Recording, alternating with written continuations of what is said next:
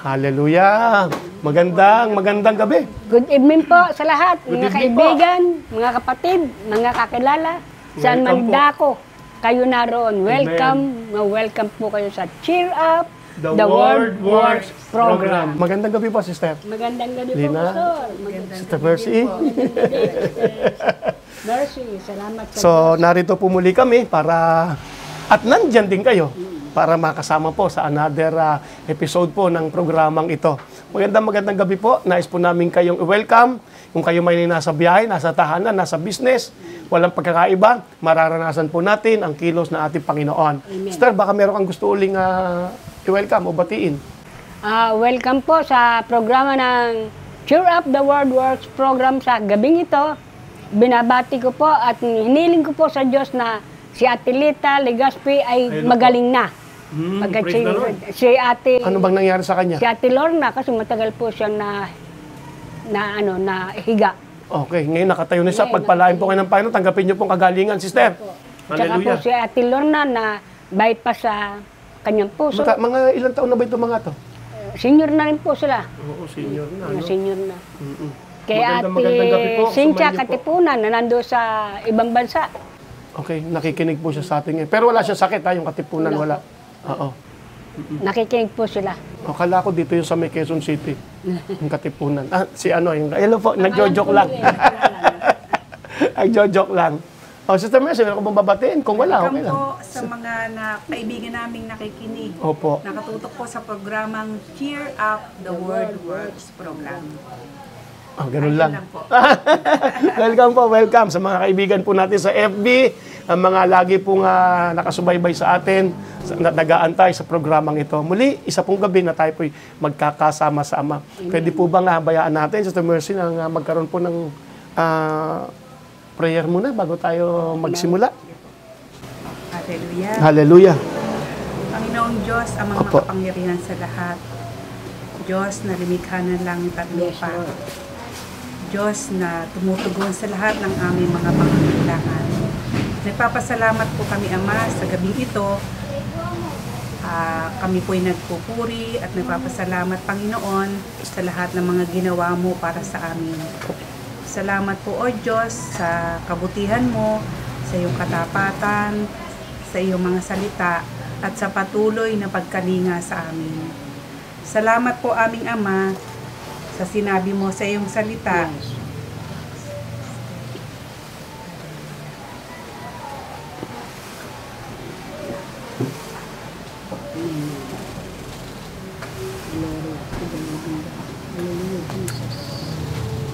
Marami pong dumadaan sa mga pagsubok at mga problema sa mga panahong ito, Diyos. Subalit sabi nga po ng iyong salita na huwag umayon sa takbo ng mundong ito. Opo. Sa halip hayaan ninyong palitan ng Diyos ang laman ng inyong pag-iisip. Sa gayon ay maunawaan natin kung ano ang kalooban ng Diyos upang maunawaan natin kung ano ang mabuti at ganap na kalooban ng Diyos Amen. sa ating buhay. Ngunit higit sa lahat ay bigyang halaga ninyo ang kaharian ng Diyos at ang pamumuhay ng ayon sa kanyang kalooban at ibibigay niya sa inyo ang lahat ng mga bagay na ito. Sapagkat hindi ipinagkait ng Diyos na ibigay sa atin ang kaisa-isa niyang anak na si Jesus para sa ating lahat, anupat hindi niya maibibigay na walang bayad ang lahat ng mga bagay. Kaya lubos po kami nagpapasalamat sa inyo, Panginoon, dahil sa inyong mga salita na nagbibigay buhay, patuloy na nagbibigay sa amin ng pag-asa. At salamat po, Panginoon, sa mga salita mong nagbibigay sa amin ng kalakasan, kapayapaan at kaayusan sa aming mga buhay. Opo. At dalangin din po namin, Panginoon, ang lahat ng mga nanonood sa Hallelujah. online, sa programang ito, O Lord God, ay maging pagpapala ang iyong salita. Yes. Kapangyarihan ng iyong salita ay maabot Lord. sila, Panginoon. Maabot Yes. ng kapangyarihan ng iyong salita. Hallelujah. Ang kanilang mga buhay, O Diyos. Ang kanilang mga pamilya, Panginoon. Hallelujah. Lord, salamat po. Ang salita mo ipatuloy na magbibigay pag-asa sa kanilang mga buhay, Lord. Maraming pong salamat sa inyo, O Diyos. At muli namin ibinabalik sa Yes, inyo Lord. ang pinakamataas na kapurihan, kalwalatian at kapangyarihan ay tanging sa inyo lamang, Ama. Sa pangalan ni Jesus, Amen and Amen. Amen. Salamat po, Sister Mercy. Sa gabi pong ito ay siguro tingnan po natin ang ilang bagay na nakalulugod sa Diyos. Dahil nalulugod ng Panginoon, sigurado pong meron pong resulta at matatanggap ang sinuman. Kung ano man ang yung pinagdaraanan ngayon, halimbawa, physical, pinansyal, or mental, even spiritual. Ang lahat po ng yan ay may katugunan at may kasagutan at merong laging nakalaan ang Diyos na magandang resulta kung ano man ang problema o pinagdadaanan. Nais ko po muna sabihin sa inyo, kaibigan, hanggat hindi ka nananalo, hindi pa tapos ang laban. Amen. Hindi tayo create ng Diyos para pahirapan. Hindi tayo create ng Diyos para igupon ng sakit karamdaman. No, we are destined to reign. Amen? At binigyan tayo ng maayos at magandang pangatawan. Kailangan lamang malaman natin ng ilang mga bagay. Yes. Amen? Tulad nga na sabi sa Hosea 4:6, pwede po ba natin tingnan? Hosea chapter 4, verse 6. Kung medyo mahihirapan, pwede naman po natin gamitin ng table of contents. Yan po ay nasa tabi ni Daniel. No? Malapit po siya, magkapit-bahay sila eh. Ezekiel, Daniel. Hosea chapter 4, verse 6. Babasa, nakita mo na, Sister Lina? Okay. Yan, malapit na po yan. Medyo kapalan po natin. Kay Jeremias, Ezekiel, magkakatabi yan. Ayan, magkakaano na yan. Jeremiah, Hezekiah, magkakatabi na po yan. Daniel, bago dumating po yan, ang Joel. Ayan. Nakita po natin sa King James. Muna natin tingnan, Hosea chapter 4. Opo, chapter 4, verse 6. Sige po, Sister Mercy, tinan po muna natin sa inyo. Gusto ko nga yung binubuklat ang Bible, nasarap sa pandinig, musika. Oh? Hallelujah. Ang aking bayan ay nawawasak dahil sa kakulangan ng kaalaman. Amen. No? Bayan na ng Diyos yun, ha? Itinakwil mo ang kaalaman. Oo. Tutuloy ko po ba, Pastor? Oo. Sapagkat itinakwil mo ang kaalaman, itinatakwil din kita bilang aking pari. Okay. Actually, ganito po yun, ano? Hindi dahil sa hindi nila alaman totoo, na iparating sa kanila ang kaalaman, ngunit hindi nila pinansin. Hindi nila binigyang diin. Hindi nila binigyang halaga. So, kaya lamang napapahamak ang bayan ng Diyos. Sa iyo, ano bang pagkakagamit sa iyo? Hosea 4:6. Verse 6. Nalipol ang aking bayan dahil sa kamangmangan. Ay, yung kamangmangan, di ba? Nalipol. So, pwede mangyari yon sa bayan ng Diyos, sa mga anak ng Diyos, dahil sa isang bagay, hindi dahil malakas si Satanas, hindi dahil napakabigat ng problema, hindi dahil sa kung ano paman, kundi dahil mangmang, walang alam. Pero actually, binigyan sila ng kaalaman, hindi lang nila pinansin. Ngunit sa gabi pong ito, ipapadala po ng Panginoon ang kanyang mensahe. Hindi po tayo narito para akitin kayo sa church namin, no? Ang mission po ng Cheer Up the World Works program ay parating ang salita ng Diyos nung sa gabi kay ma-cheer up. Amen? Sapagkat ang salita ng Diyos ay gumagalaw talaga. Yun po ating titingnan, ang salita ng Lord. Di ba? So, ipaparating po ng Panginoon sa ating kalagitnaan ang kanyang mga kaalaman ng salita niya. At ang sabi nga ng Bible, we will know the truth and the truth shall make us free. Ang nag-set free sa atin si Jesus, pero ang salita niya na patuloy nating malalaman, it will make us free. Free. Free. Malaya talaga. No? So, okay lang po ba, sister, na pakibuksan po natin sa Matthew chapter 17? Tingnan natin ano bang meron dito. Mahalaga po itong topic natin ngayon. Ito po yung nagbibigay kaluguran sa Diyos. Ano bang topic ito? Tingnan nga natin. Matthew chapter 17. Chapter 17, verse Opo. 17. Tingnan ko po, ha? Matthew 17, verse 14. Ang galing nyo, ha? Tama. Ito yung may istorya. No? Tingnan natin sa verse 14. Okay. Simulan nyo po, Sister Lina. Okay. Mateo 17, verse 17 hanggang sa Hindi, verse 14 po tayo. 14 Opo. hanggang sa sumusunod. Pagbalik nila sa maraming tao, lumapit kay Jesus ang Sa Mateo 17, 14 hanggang sa mga sumusunod, ito po ang sinasabi. Pagbalik nila sa maraming tao, lumapit kay Jesus ang isang lalaki at lumuhod ito sa harap niya at nagsabi, Ginoo, maawa po kayo sa anak ko. Siya po'y may epilepsiya at lubhang nahihirapan. Madalas po siyang mabuwal sa apoy o kaya'y mahulog sa tubig. Tingnan muna natin ito. Sa isang lugar, may magulang pala na may problema. At dumaan si Jesus doon. Siguro talagang inaabangan siya dahil pagdating, parang nag-aantay talaga no? Huwag po nating bayaan, meron po akong sasabihin, huwag po nating bayaang malagpasan tayo ng Diyos. No? Tulad po nito, pagkakataon na ito po ang mensahe, huwag po nating bayaang makalagpas lang. Ako po'y namamanik, kami po'y namamanik sa inyo. Please give time. Give time. You will need this. Kailangan natin to. Kailangan po nating lahat ang mensahe ng Lord. Hindi po to araw-araw No? Ito, so makita natin na nung may lumapit kay Jesus, meron siyang mabigat na problema. Sabi niya, have mercy on my son. Mahabag ang sabi diyan. Ano pong pagkakasabi sa inyo, Sister Mercy, sa verse 15? At nagsabi, Panginoon, mahabag ka sa aking anak na lalaki, sapagkat siya'y may epilepsya at lubhang nahihirapan, sapagkat madalas siyang bumabagsak sa apoy at sa tubig. Makikita po natin yung hirap na dinadanas ng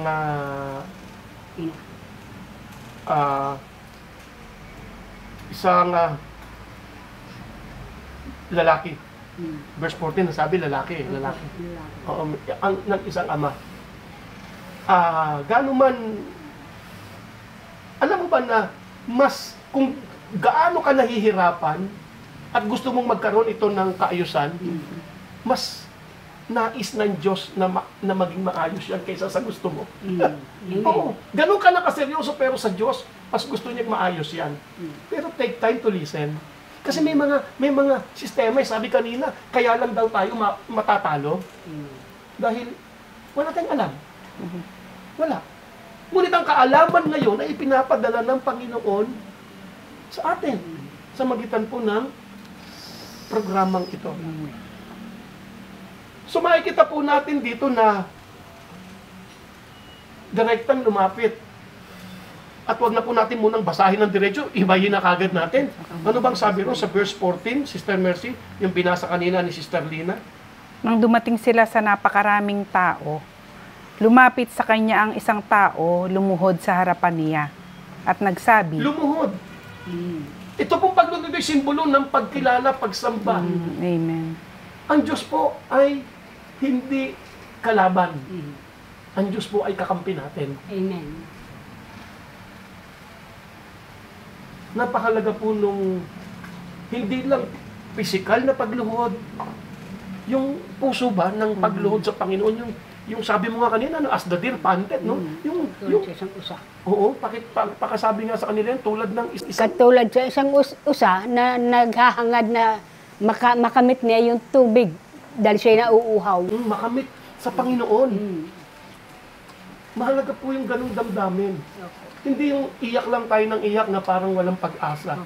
Sinasabi po namin sa inyo ngayon, napakalaki po ng pag-asa. With God, all things are possible. Amen. Pero kailangan lang may marinig tayo Minsan sa simpleng bagay, alam natin pero hindi natin magawa dahil napakasimple. Ganito lang kasimple yun Tulad po ng lalaking ito.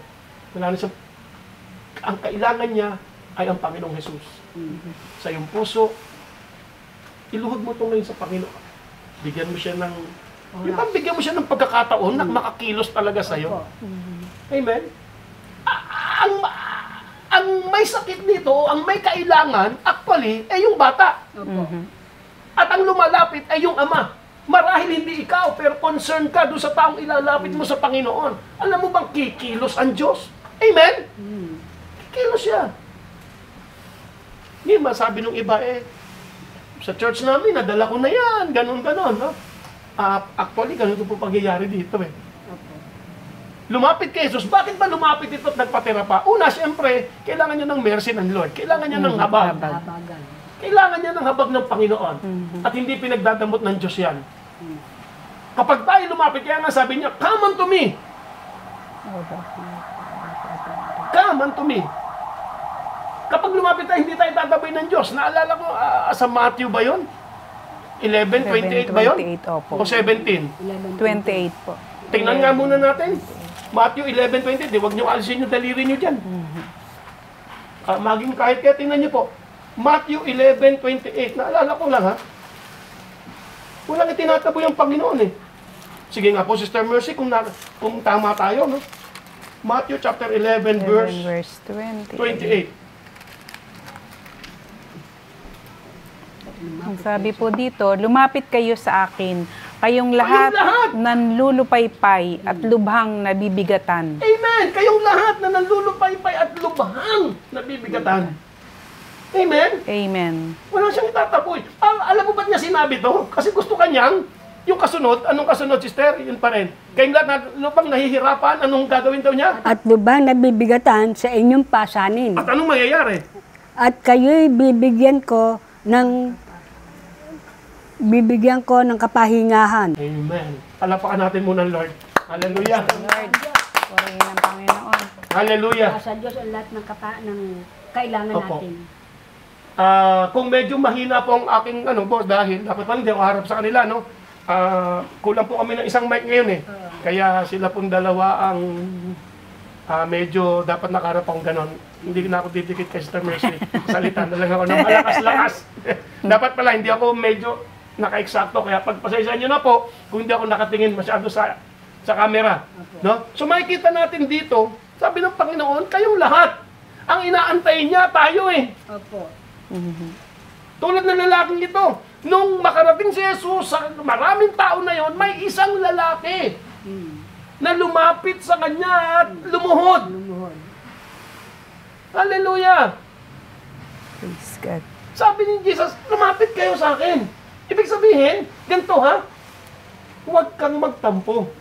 Amen? Amen. Huwag magtampo. Wala naman tayo ibang kakampi kundi ang Diyos talaga eh. Amen. Ang pangako ng tao minsan, gusto man niyang tuparin, ngunit minsan hindi magawa. Pero ang Diyos, tutuparin niya kanya sinabi. Kami makikita po natin yon. Purihin ang Panginoon. Hallelujah. Di ba? Lumapit kayo sa akin. Sino yung mabubuti lang ba? Hindi eh. Ano ba pagkakasabi dyan? Lahat. Nasaan nyo? Kayong Nandun ka pa, lahat. Sister Mercy? Opo. Pakibasa nga po, 11:28. Lumapit kayo sa akin, kayong lahat na nanlulupaypay at lubhang nabibigatan. At kasama yun kayo dyan. Remember, marahil hindi ikaw may pangangailangan, pero concern ka sa taong nais mong makakilos ang Diyos sa Kanya. Tulad ng ating binabasa kanina, at babalikan natin, you can ask God. You can ask Jesus, our Lord, na nagmamahal sa atin, na nagbigay ng Kanyang buhay para sa iyo at sa akin at dun sa may concern kang tao. Yun ang may kailangan actually. Mahabag po kayo. Kailangan po nating lumapit. Ibig sabihin, kailangan po nating kilalanin siya.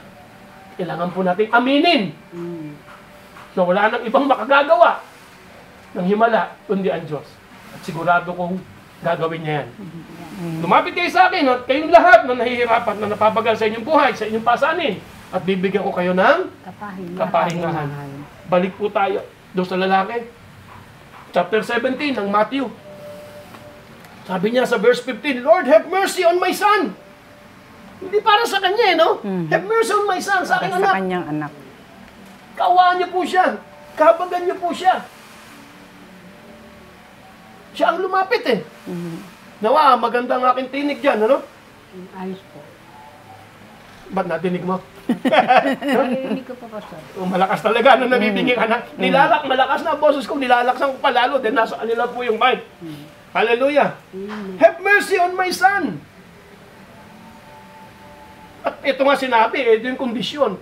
Madalas siyang matimbuwang sa tubig o sa apoy. At sa tubig. At hindi po maganda para sa kanyang ama ang nangyayaring ganito. Mahirap para sa kanya. Mahirap. Hindi mo na rin ba, parang hirap ka na rin ba sa nakikita sa mahal mo sa buhay? Minsan kaibigan mo, kailangan ka niya. Kailangan ka nung kaibigan mo, nung anak mo, o nung sino mang taong may concern ka na kailangan niya ng kilos ng Diyos. Ibig sabihin, pwede kang lumapit para sa Kanya. Amen. Pwede kang lumapit kay Jesus para sa Kanya. Hindi Kanya itataboy. Sapagkat ang Panginoon ay nalulugod sa mga taong may pagmamahal sa iba. Ang sabi nga niya mahalin ninyo ang inyong kapwa kung paano ko kayo minahal. Yun ang sukatan ng Panginoon. Kaya pag nakita ng Panginoong Jesus na concern tayo sa iba at parang tayo ang may yung pangangailangan ng taong yun ay parang nararamdaman natin at ipinagpe-pray natin sa Panginoon, hindi pwedeng hindi kikilos ang Diyos. Amen. Alam niyo ba ba't nauso ang prayer? Hindi naman sa tao galing yan, kay Jesus, sa Panginoong Jesus ang nagsabi nung nandito siya, sabi niya, manalangin kayong lagi. Lucas chapter 18, I think. Kayo nag-agsisi. Sabi niya, sa Luke chapter 18, verse 1, sabi niya ron, ikwinento ang talatang ito, ang parabola na ito upang turuan ng mga tao na huwag manghinawa, kundi laging manalangin. Alam mo bakit? Kasi gusto niya sumagot. Kaya gusto ng Panginoon na tayo nananalangin kasi gusto niya sumagot. Gustong tumugon. Gusto niyang tumugon, gusto niyang makakilos sa'yo. Huwag mawala ng pag-asa. Makita natin ang step, paano? Pagka-pray ko ba, ay dapat na ako manampalataya? Yes. Pero minsan ang sagot, hindi mo kagad makikita. Merong mga step pa. Amen. So itong nangyari dito. Tuloy pa ba natin to? Sige. Verse 16. Anong sabi pa nung lalaki? Nung tatay. Sa'yo naman po, Sister Lina. Nasa Matthew chapter 17 tayo. Verse 16.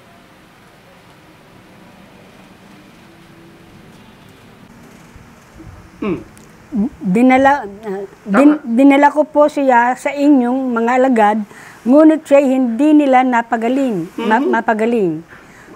Sumagot si Jesus, Sige, tuloy. lahing napakasama at walang pananampalataya, hanggang kailan ako dapat manatiling kasama ninyo? Hanggang kailan ko kayo pagtitiisan? Dalhin ninyo rito ang bata. So makikita natin ang sakit no, sa una, no? Parang gano'n. Sinabi niya sa 12, mga pinagtitiisan ko kaya Pero hindi po sila nagtampo. Ramdam nila ang ibig sabihin ng ating Panginoong Yesus. Amen.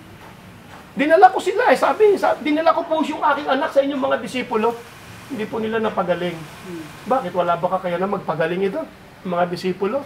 Sabi nga nung iba minsan, Pastor, ang dami na pong nanalangin Sister Lina, Sister Mercy, Pastor Sid, ang dami na pong nanalangin Well, hindi porket hindi gumaling sa panalangin o hindi dahil wala ka pang nakitang sagot sa panalangin ng iba, hindi ibig sabihin hindi tumugon ng Diyos.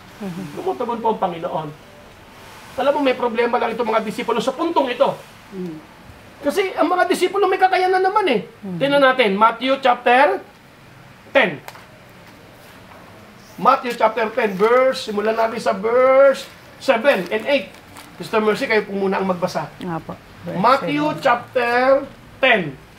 Verse 7. Verse 7 to 8. Tingnan natin Ang sabi po dito, at habang kayo ay humahayo, Sinong kayo? Kausap ng Panginoong Hesus dito ay ang 12 disipulo kasama si Judas Iscariote. Pakiulit po, Sister Mercy. At habang kayo ay humahayo, ipangaral ninyo at sabihing malapit na ang kaharian ng langit. Hallelujah. The kingdom of heaven is at hand. Okay? Amen. Tuloy. Verse 8. Ito pinagagawa sa kanila, sa paghayo nila, sa mga 12 disipulo. Ano daw? Pagalingin ninyo ang mga may sakit. Oh. Buhayin ninyo ang mga patay. Oh. Linisin ninyo ang mga ketongin. Palayasin ninyo ang mga demonyo. Ayun. Tinanggap ninyong walang bayad, ibigay ninyong walang bayad. So, palayasin ng mga demonyo. Amen? Amen. Wala pa sila kakayanan ng ganon. Okay, tingnan natin. Ano bang nangyari doon sa Matthew 17? Sister Mercy, pakibasa uli ang 16. Dinala ko siya sa iyong mga alagad, ngunit siya'y hindi nila mapagaling.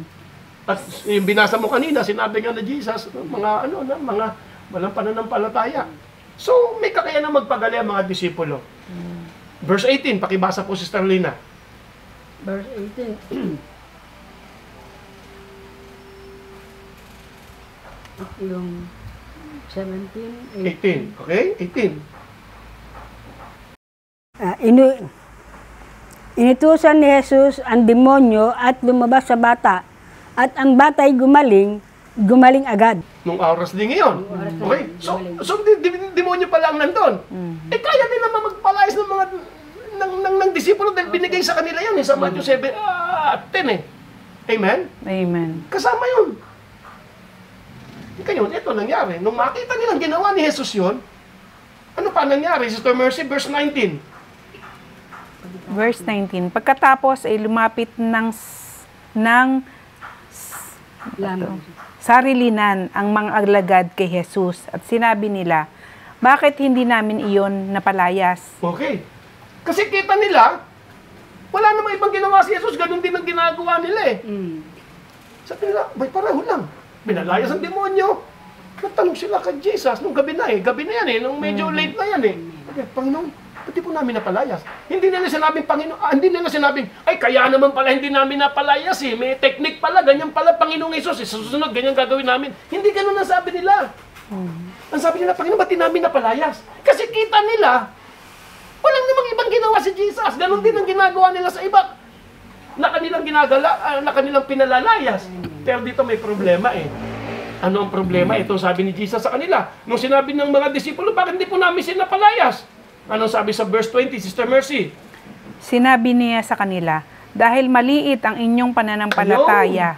No? Dahil sa pagkakataon na yon, siguro ibang klase naman ito. Ano sabi Sister Lina? Verse 20. Sumagot siya, dahil sa maliit ang inyong pananampalataya. Ayun, dahil yung pananampalataya. Mas maliit pa ito kaysa dun sa buto ng mustasang pananampalataya hinihingi ni Jesus. So bakit ba ganon? Tingnan natin. No? Bakit ba ganoon kahalaga ang pananampalataya? Ang pananampalataya sa Diyos ay mahalaga. Ito po ang sabi ng Romans chapter 10, Hebrew 11:1. Hebrew 11:1. Ano po ang sabi ng Hebrew chapter 11 verse 1? Hebrew chapter 11 verse 1. Ano po ba ang sabi diyan? Sister Lina, pakibasa po. Hebrews 11 verse 1. Ganito po sinasabi, ang pananampalataya ay Okay, mamaya yan. Okay. Verse 6, Sister Mercy. Verse. Ito ang sinasabi ng verse 6 ng Hebrew 11. Verse 6, Sister Mercy, pakibasa po. Sabi po, at kung walang pananampalataya ay hindi maaaring kalugdan ng Diyos. Yun, mahalaga kasi yun sa Lord. Mahalaga yun. Ikaw kapatid, para yung paglapit mo sa Lord, mahalaga po yung may pananampalataya tayo. Amen? Amen po. Amen? Amen. Eh, ano ba yung faith? Pakibasa po ang verse 1. Ang pananampalataya ay katiyakan na mangyayari ang ating mga inaasahan. Yun! Ano yung inaasahan mo? Yung pangako ng Diyos. Amen? Mahalaga sa Lord yun na pag tayo lumapit sa Kanya, meron tayong katiyakan. Hindi tayo nag-aalinlangan. Pakiulit, Sister Lirina. Ang pananampalataya ay katiyakan na mangyayari ang ating mga inaasahan. Inaasahan mo pa lang, alam mong mangyayari, that is faith. Ngayon, kung nagdududa ka, hindi faith yun. Kung pabago-bago ka ng isip. Pakiulit, Sister. Ang pananampalataya ay katiyakan na mangyayari ang ating mga inaasahan at paninindigan tungkol sa mga bagay na hindi nakikita. Mahalaga po yung naninindigan ka. Ano yung bagay na hindi nakikita? Yung mga sinabi ng Diyos, hindi mo pa nakikita ang mangyayari, pero naninindigan ka, hindi ka bibitaw. Pakiulit, Sister Mercy, ang verse 6. Tingnan niyo po, ha? Verse 6. Mahalaga. Bakit? Ito po, pakiulit. At kung walang pananampalataya ay hindi maaaring kalugdan ng Diyos. Ito po ang kasunod. Anong sabi? Sapagkat ang sino mang lumalapit sa Kanya ay dapat sumasampalatayang may Diyos at Siya ang tagapagbigay gantimpala sa mga masigasig na humahanap sa Kanya. Ibig sabihin, masigasig na lumalapit. Hindi nawawala ang Diyos. Amen. Pero masigasig na yung humahanap dito. Ang ibig sabihin nito, yung nagsasaliksik. Nagsasaliksik. Masigasig tayo ron. Hindi tayo nawawalan ng lakas para saliksikin ng Diyos. Alamin. Amen? Hallelujah. Ang Diyos ang tagapagbigay ng timpala, hindi pinsala. Amen? Amen. Uulitin ko, sa harapan ng mga mic na kahasuot nila, ang Diyos ang tagapagbigay gantimpala, hindi pinsala. Amen.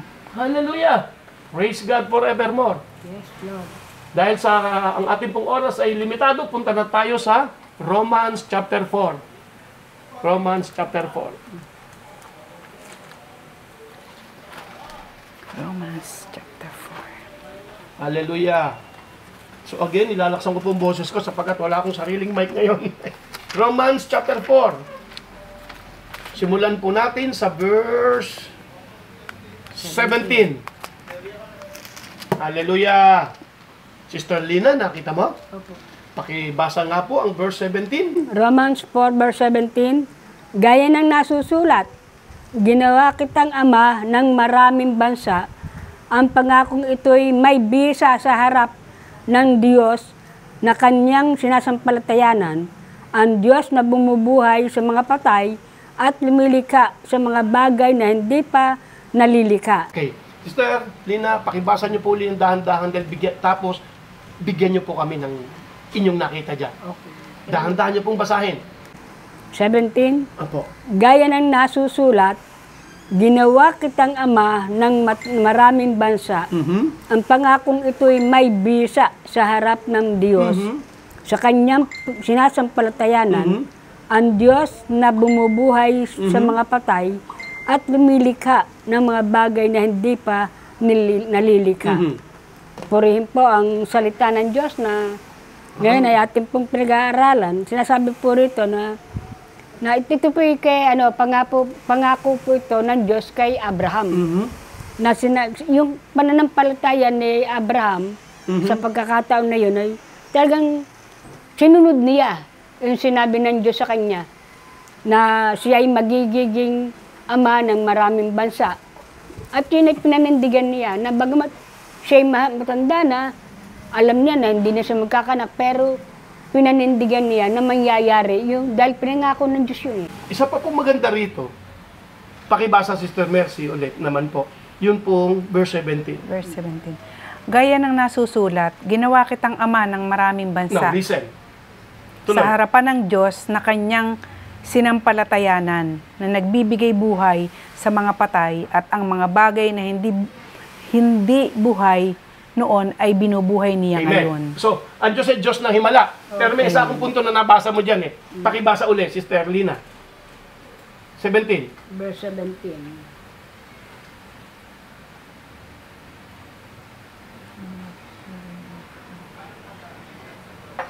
417. Oo, nilipad ng hangin. Gaya ng nasusulat, Oh. ginawa kitang ama ng maraming bansa. Now, listen carefully. Ang pangakong ito'y may bisa sa harap ng Diyos na kanyang sinasampalatayanan. So, amen. Ang bisa niyan ay nasa mismong nagsabi. At yun ay ang Diyos. Kaya huwag mong aanisin ang tingin mo sa nagsabi. Opo. At walang iba kundi ang Diyos. Opo. Isa yan sa sikreto dyan eh. Ang bisa. Hindi ka, ang sinabi ng Lord, huwag mong i-confirm, huwag mong itatanong sa iba, totoo kaya yun? Huwag kang mag-aalinlangan. Amen? Kasi, ang Diyos ang tutupad nun eh. Ang bisa niyan ay nasa harapan ng Diyos na nagsabi. Ang pinananaligan mo ay nasa harapan ng Diyos. Ang katibayan niyan. Ano po ang sabi? Tingnan natin mga step na nangyari dito. Sister Lina, 18. Verse 18. Kahit wala ng pag-asang magkaanak, Wala nang hope. wala ng pag-asang manganak, Nakiputol. Wala na. Zero. Wala na talaga. Nandun ka ba sa kondisyon na yon? Yung kaibigan mo ba? Yun ba ang sinasabi? Yung anak mo ba? O yung mahal mo sa buhay? Yung kakilala mo? Yung concern na tao ka? Ganun pa nadidinig mo sa kanya na, o totoong nakikita nga ninyo na wala nang pag-asa eh. Naranasan natin lahat yan eh, no? Na parang wala na eh, pero biglang merong dumarating na nakikita ka uling pag-asa eh. Amen? Amen? Maring hindi pa yun, pero pinapakita ng Diyos may pag-asa. Amen. Bagamat wala ng pag-asa sa tao. Ano ang ginawa ni Abraham? Tingnan niyo pong sikretong ito. Bagamat wala ng pag-asa, okay? Pakiulit po yung verse 18. kahit wala ng pag-asang magkaanak, O, yun ang problema na kasi dyan eh, no? Yung wala siyang anak. At nangako ang Diyos sa kanya na magkakaanak siya. Na ginawa na. Actually, ginawa na. Hindi pa niya nakikita pero ginawa na siya. Sa Diyos tapos na yon. Okay? At kahit, Nanalig pa rin teka lang, pakiulit. At kahit wala ng pag-asang magkaanak, okay? nanalig pa rin si Abraham na siya'y magiging ama ng maraming bansa ayon sa sinabi sa kanya. Hey, palapakan natin ang Lord. Hallelujah! Ayon sa Alam mo, hindi sinabi. sinungaling ang Diyos. Pa sa ganyang kondisyon, na alanganin na lahat, nasa iyo barahe. Amen. Nasa iyo. Hindi ka talunan. Sabi nga kanina, hanggat hindi ka nananalo, hindi pa tapos ang laban. Amen. You are destined to reign. Nakatalaga ka para magtagumpay. Pero laging merong evil days. Laging may nangyayaring ganyan. Opo. Meron. So, kapag nandun na, wala nang pag-asa, huwag ka tumingin sa walang pag-asa. Manalig ka pa rin na yung nangako, gagawin niya yun. Amen. Pakibasa po, Sister Mercy, uli. 18 po ba? 18, opo. Umaasa kahit wala ng pag-asa. Umaasa kahit wala ng pag-asa. Amen. Ang ganda ng talatang yun. Pero yung umaasa na yun, hindi yung baka sakali. Hindi. Sigurado siya. Remember yung binasa natin kanina? Ang sino mang lumalapit sa Diyos ay dapat maniwalang may Diyos. Hebrew 11:6. At ang Diyos ang tagapagbigay gantimpala. Amen. Hindi pinsala, Ang Diyos ang tagapagbigay gantimpala sa sino mang... hindi, may term na ginamit doon sa iyo eh. Sa liksik, ano? Sino? Pakitingnan nga natin yung ginamit dyan. 11:6. Romans Hebrew 11:6. Hebrew 11:6. Masigasig, yun. Masigasig nga ba ang ginamit doon? 6. Opo, masigasig. Pakibasa po. At kung walang pananampalataya ay hindi maaaring kalugdan ng Diyos, sapagkat ang sino mang lumalapit sa Kanya ay dapat sumasampalatayang may Diyos at Siya ang tagapagbigay gantimpala sa mga masigasig na humahanap sa Kanya. Amen! Praise God. Ibig sabihin, hindi humihinto, masigasig na nagsasaliksik sa Lord. Patuloy na hinahanap. Hallelujah! No? So kahit wala ng pag-asa, yung binasa mo, Sister Mercy, talagang ganyan. Pag nag-aaral tayo, talagang ang Bible, mapupunit halos eh. Sige po, verse 18 ng Romans chapter 4. Verse 8. Oh, kung tatanggalin ng daliri. Verse 18. Hallelujah! Umaasa kahit wala ng pag-asa. Umaasa kahit wala ng pag-asa dahil alam mong ang Diyos ang tagapagbigay ng timpala kung ikay masigasig. Hallelujah. Tsaka yung walang pag-aalinlangan. Walang pag-aalinlangan. Ito, makikita natin mamaya. Pakituloy po yung 18. Umaasa kahit wala ng pag-asa. Siya'y sumampalataya na siya'y magiging ama ng maraming bansa. Ayon sa sinabi, magiging napakarami ang iyong binhi. So, you see, faith is the substance of things hoped for. Hebrew 11:1, di ba? Amen. Katibayan at naninindigan ka sa bagay na hindi mo pa nakikita. Pero may sinabi na ang Diyos. Ito po yung nangyari sa verse 18. At alam natin, grabe, tinanggap na himala talaga ni Abraham. Verse 19, Sister Lina. 19, hindi nang hina ang kanyang pananampalataya. Sa King James ko po babasahin English. Sige po. And being not weak in faith, listen, he considered not his own body now dead. At hindi siya nang hina. Bakit? Ito palang sikreto. Hindi niya kinonsider yung kanyang katawan. Matanda na siya, 11 years old na siya. Matanda na. 100. Hindi yun ang kinonsider niya. Kung hindi niya kinonsider yung katawan, ano kinonsider niya? Yung Sinabi ng Diyos. ng Diyos sa kanyang pangako. Come on! Amen! Anong pangako ng Diyos? O ano salita niya ang pinangahawakan mo? Amen. Huwag ang sitwasyon na i-consider mo. Nandyan yan, oo, pero mayroong sinabi ang Diyos eh. Yes. At ang Diyos ay hindi sinungaling. Alam mo ba mayroong isang bagay, Sister Mercy, na hindi kayang gawin ng Diyos? Oo! Oo! Di ba sabi natin, walang bagay na hindi kayang gawin ng Diyos. Mayroong hindi kayang gawin ng Diyos. Amen. Alam mo kung ano yun? Sasabihin ko sa inyo. Hindi niya kayang magsinungaling. Amen. Tandaan po natin yan. Amen. Kasi ang Diyos ay hindi sinungaling. Amen. Ang Diyos ay totoo. Kaya pag sinabi niya, totoo yun. Amen. Kailangan mo lang talagang panindigan. Gawin ang nararapat, ang pananampalataya, kasi andyan lagi si Satanas para agawin yan. Amen. Ayaw niyang mangyari, ayaw niyang matupad, ayaw niyang makatanggap ka sa Lord. Pero sa sigurado, tatanggap ka. Amen. Pero itong pinag-aaralan natin ngayon, isang kaalaman kung paano ang gagawin na dapat po nating gawin. Sumunod Do lang. whatever God tells you to do and expect Him to do what He says He will do. Amen. Ulitin ko. Do whatever God tells you to do and expect Him to do what He says He will do. Kung ano yung sinasabi ng Lord na gawin mo, come on! Pero, pag-expect ka rin. Yo. Nagagawin din niya yung sinabi niya. Ayun yung ginagawa ni Abraham dito eh. Amen. Ginawa niya yung dapat niyang gawin, pero ina-expect niya, nagagawin ng Lord yung sinabi niya. At yan nga, oh. Ano sabi sa verse 20, Sister Mercy? He staggered not. Verse 20. Gayunman, hindi siya nag-alinlangan sa pangako ng Diyos sa pamamagitan ng di paniniwala. Oh. Ang sabi sa King James, he staggered not. Alam mo yung stagger? Yung hindi pantay, yung hindi siya taas baba, parang gano'n, parang yung Hindi nag-alinlangan. oo, hindi siya nag-alilangan, hindi minsan mataas o mababa ang faith, no, nanatili Oo, siya. hindi. He staggered not. He staggered not at the Yes. promise of God Purihin ng Panginoon. through unbelief. Hindi niya ginawa yon. Hindi siya nagkaroon ng kawalan ng pananampalataya. Remember, may kakayanan ng mga disipulo, yung binasa natin kanina. Pero but because of unbelief, hindi nangyari yung dapat mangyari. Opo. Pero nangyari pa rin dahil kumilo si Jesus. Amen. Nangyari pa rin dahil kumilo si Jesus. Hallelujah. Tuloy, pakibasa. Hallelujah. 20. Hindi nag-alinlangan. Verse 20 Opo, po. verse 20, Sister Mercy. Gayunman, hindi siya nag-alinlangan sa pangako ng Diyos sa pamamagitan ng di paniniwala, kundi pinalakas siya ng pananampalataya habang niluluwalhati niya ang Diyos. Ang pananampalataya mo, palalakasin ka. Amen. Amen. Amen.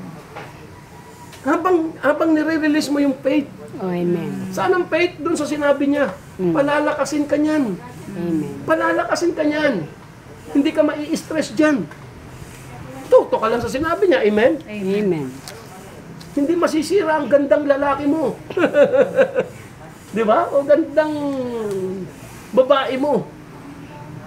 Mananatili yan. Palalakasin ka niyan. Paano ulit? Ang ganda na pagkatagalog niya sa'yo sa King James yan. Pakiulit, Sister Mercy. Verse 20, Opo. sabi po dito, gayunman, hindi siya nag-alinlangan sa pangako ng Diyos sa pamamagitan ng di paniniwala, Okay, itong kasunod ko sa letter B. 1, 2, go! kundi pinalakas siya ng pananampalataya habang niluluwalhati niya ang Diyos. Hallelujah. Hindi na yung lalaki lumuhod. Amen? Mabigat ang kanyang pangangailangan na. Amen. Pero sa kanyang pagluwalhati sa Diyos, kay Jesus, nakita niya ang katugunan. Amen. Ang pananampalataya mo ay palalakasin kang lalo. Amen. Wag unbelief. Alam mo, walang bagay na hindi gagawin ng Diyos para sa iyo. Walang bagay na hindi siya gagawin. Nabigay nga niyang kanyang anak eh. Yung binasa mo kanina sa prayer, yung hinanap mo sa Bible.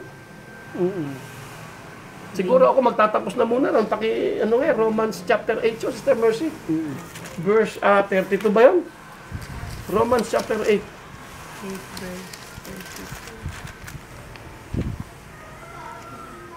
Yan, 32, tama. Romans 8:32. Ano sabi po doon? Siya na hindi ipinagkait ang kanyang sariling anak, Oh. kundi ibinigay dahil sa ating lahat. Bakit naman hindi ibibigay sa atin ng walang bayad ang lahat ng mga bagay? Amen. Pakiulit. Grabe. Isipin nyo, bulayan nyo po. No?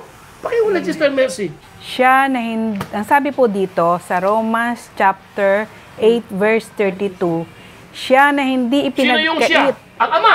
Okay, ang God the Father. Ang Ama. Pakiulit. siya na hindi ipinagkait ang kanyang sariling anak, kundi ibinigay dahil sa ating lahat. Dahil sa atin. Tuloy. Bakit naman hindi ibibigay sa atin ng walang bayad ang lahat ng mga bagay? You see? Gagawin niya. Hindi nga niya ipinagkait ng kanyang anak eh. Pero may battle. Hindi na, amen? May battle talaga. Amen. Meron. At tulad na nakita natin ginawa ni Abraham, mahalaga po yun. Hindi natin ginagaya si Abraham, pero makikita niyo yung technique. Amen? Nung panahon nga yun, Old Testament pa yun eh. Ngayon kita natin na may ginawa ng Panginoon. Hallelujah. Sister Lynn, baka may gusto ka sabihin. Susunod, baka hindi ka namin muna kasama, no? Dahil meron siyang misyon sa anong probinsya? Cagayan Valley. Sa Cagayan Valley. Oo. So, baka may gusto ka sabihin. Kailangan po, yung ating pananampalataya, wag po tayong matitinag sa mga bagay na nararanasan natin. Halimbawa, kung may sakit man, kundi bagkus lalo po tayong lumuhod sa Diyos. At ang mahalaga po yung... Kahit pinansyal no? Kahit siya ating sambahin po natin, yung pong pinaka, yung sambahin ang Diyos sapagkat doon po siya nalulugod. Yun siya ay sinasamba. Sister Mercy, baka may gusto ka sabihin. Ngayon po, Walang iyakan. sa anumang mga, kahit po gaano kalaki o gaano kabigat ang mga pinagdadaanan natin at anumang laki, lawak ang hamon sa buhay na dumadating sa atin, manatili po tayong naninindigan sa salita ng Diyos, sa kanyang mga sinabi tungkol sa atin. Katulad nga po nung sinabi sa Hebrew 11:6 na hindi makapagbibigay lugod sa Diyos ang taong walang pananampalataya. Kaya kalimutan na natin yung unbelief, kalimutan na po natin yan. Opo. Sapagkat siya ang Diyos ang nagbibigay gantimpala sa sino mang humahanap sa Kanya. Masigasig pa nga, sabi lang. And nga po, sabi nga po dito sa Bible na hawak mo. Bible na hawak ko is masigasig. Sa sino mang masigasig na nananalig sa Kanya. Oo, alam niyo ba yung masigasig? Parang ano yan, maliligaw. Masigasig. kahit basto din, no? Masigasig talaga. No? Pabalik-balik. Ganun tayo. Masigasig tayo sa Panginoon. Hallelujah. Purihin ang Panginoon. Praise God forevermore. Ngayon, kung gusto po nating talagang makakilos ang Diyos sa ating buhay, kailangan po natin siyang tanggapin. Amen. Sister Mercy? Meron ka po dyan? Okay? Wala po ako pa, so hindi po na-send. Opo, ibibigay po natin kay Sister Mercy ang pagkakataon na tayo po ay pangunahan sa panalangin ng pagtanggap sa ating Panginoon Kristo. Yes. Baka meron po siyang gusto munang sabihin. Sabi po sa Roma chapter 6 verse 23, sapagkat kamatayan ang kabayaran ng kasalanan. Ngunit ang walang bayad na kaloob ng Diyos ay buhay na walang hanggan sa pamamagitan ng Panginoong Jesus. Amen. Dito po sa verse na ito ay meron pong bad news at good news. Ayun nga po. Sabi gusto po, mo unahin? Bad news o good news? unahin po muna natin ng bad news. Ano yan? Sabi nga po, sapagkat kamatayan ang kabayaran ng kasalanan. Ang kasalanan na yan ang magdadala sa atin sa kamatayan at sa kapahamakan. Ngunit, ang good news po, ngunit ang walang bayad na kaloob ng Diyos ay buhay na walang hanggan. Kaya't ipinadala ng Diyos ang kanyang bugtong na anak na si Jesus dito sa lupa para para sumampalataya dito sa lupa para sumampalataya ang tao upang hindi mapahamak kundi magkaroon ng buhay na walang hanggan. Hallelujah. Purihin ang Panginoon. At sabi nga po sa Pahayag chapter 3 verse 20 ngayon, kumakatok po ang Panginoon sa inyong mga puso. Ang nais niya, nais po ng Diyos, nananawagan po siya sa inyo na nagnanais po siya at nagnanasa po siyang papasukin po ninyo siya sa inyong buhay. Amen. Kaya nga po, kung papapasukin niyo po siya sa inyong buhay, magkakaroon po kayo ng buhay na walang hanggan. Hallelujah. At kung tatanggapin po niyo siya sa inyong buhay, magkakaroon po kayo ng buhay na walang hanggan. Amen. Na ipinangako ng Panginoon. Hallelujah. Hindi po kayo mapapahamak. Hallelujah. Sige po, tayo po yung manalangin. Hallelujah. Sumunod po kayo sa panalangin. Panginoong Hesukristo, Panginoong Hesukristo, sa oras pong ito, sa oras pong ito, binubuksan ko po ang aking puso, aking puso, ang aking buhay ang aking buhay para sa iyo. para sa iyo. Panginoong Hesukristo, Panginoong Hesukristo, tinatanggap kita tinatanggap kita bilang aking Panginoon, bilang aking Panginoon. nananalig po ako Nananalig po ako at nananampalataya at nananampalataya na ikaw, Panginoong Hesukristo, na ikaw, Panginoong Hesukristo, ay namatay para sa akin ay namatay para sa akin. at sa ikatatlong araw, At sa ikatatlong araw, ikay nabuhay muli, ikay nabuhay muli. Panginoong Jesus. Panginoong Jesus. Salamat po sa kapayapaan, Salamat po sa kapayapaan, sa kaayusan, sa kaayusan, sa katagumpayan sa katagumpayan na mga tatamasahin ko. ng mga tatamasahin ko Matapos kitang tanggapin, matapos kitang tanggapin. Panginoong Jesus, Panginoong Jesus. salamat po sa buhay na walang hanggan. Salamat po sa buhay na walang hanggan. Salamat po sa karapatang maging anak ng Diyos. Salamat po sa karapatang maging anak ng Diyos. Panginoong Hesukristo, Panginoong Hesukristo, ikaw na po ang maghari sa akin. ikaw na po ang maghari sa akin. Amen. Amen. Woo! Praise God. Hallelujah. Praise the Lord. Glory to Jesus. Baka meron kang naisibilin o sabihin bago tayo bumitaw sa programang ito ngayong gabi. Inaasahan po ng Diyos na ang bawat isa atin ay patuloy na hahanapin siya. Sasaliksikin. Sasaliksikin. Dahil yun po ang kanyang tagubilin sa atin. At sabi niya doon sa unang Kronika 7:14 Oh. na kung ang bayang kung ito na tinawag ko sa aking pangalan, hanapin ako ng Shall humble mukhaan. themselves and Oh. pray and seek my face. At manalangin, sila ay aking tatanggapin, pagagalingin, at ibabalik ko yung mga ninakaw sa kanya, yung mga nawala sa atin.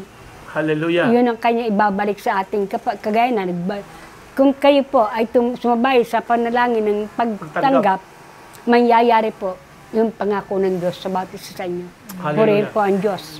Praise the Lord! Magandang Purihin ang gabi Diyos. po muli. So next time po muli. See you. Kita-kits! Opo, tandaan niyo po, God loves you and you can cheer up. The word works. Bye-bye. Mangyari Love you. ang kalooban ng Diyos sa bawat isa sa inyo. Amen. Bye-bye.